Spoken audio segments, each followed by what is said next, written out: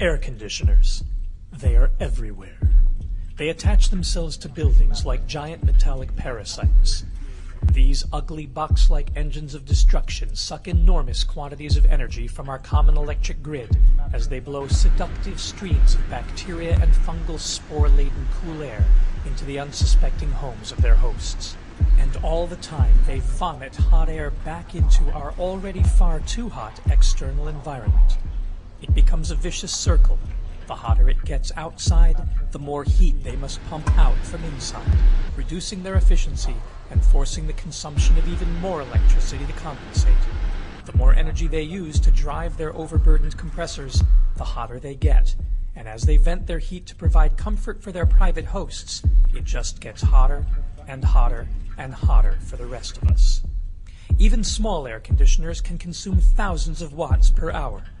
The technology of these poorly designed parasites is so primitive that utility companies as well as consumers tremble every summer they start feeding on the grid, fearing inevitable brownouts and blackouts that don't just inconvenience us, but cost millions of dollars and can even be life-threatening.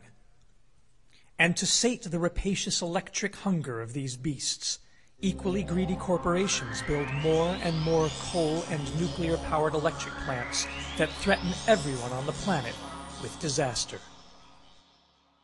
But what if there was another way?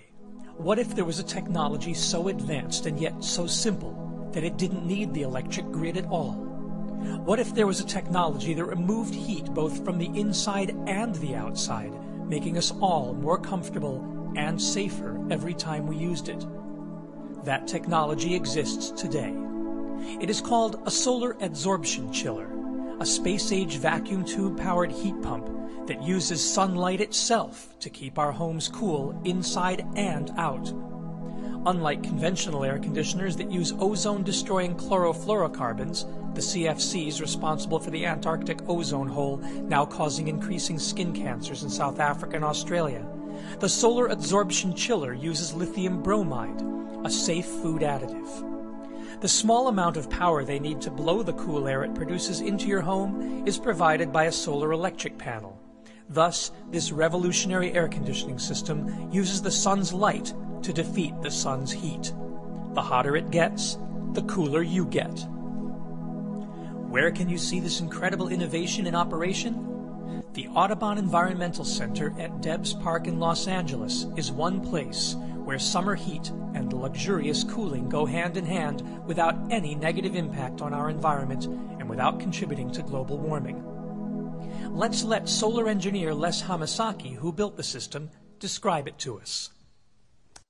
This is a 10-ton solar air conditioning system that we have that stores at least 1,200 gallons of water in this tank that it's heated up to 200 degrees Fahrenheit.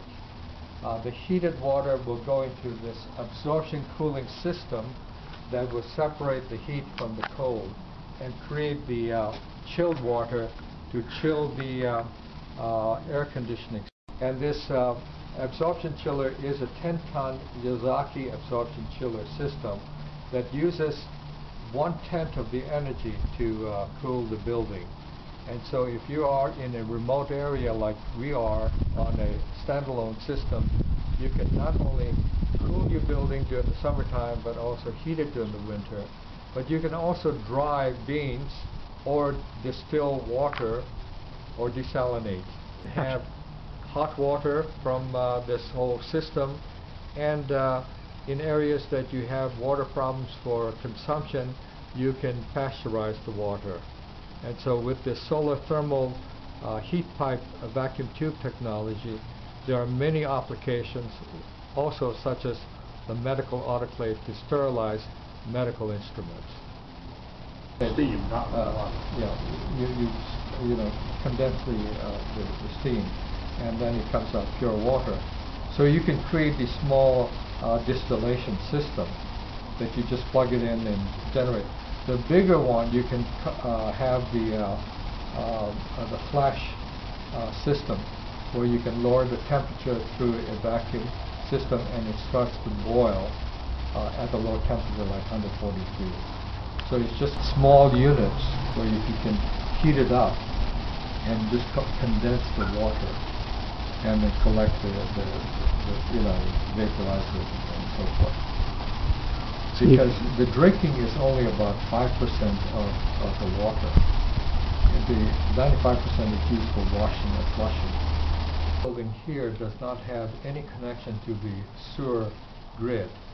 It's all contained within the property where it's treated on site, both the black water and the gray water, and it's being purified through all of these various technologies. One final note.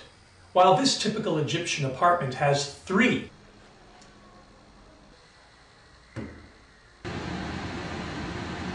air conditioning systems, make that 4 air conditioners in this tiny apartment. You might still argue that they don't take up as much room as an entire solar air conditioning system with the vacuum tubes on the roof and with the chambers and coolers. However, this would be false reasoning, because the solar air conditioning system not only eliminates the need for air conditioners, but for the entire power plant itself. That's right. Using solar technology, there's no more need for nuclear power plants, coal power plants, or oil-fired power plants that pollute and cause endangerment to our environment. For Solar Cities, I'm T.H. Culhane, cooling myself naturally by the sun.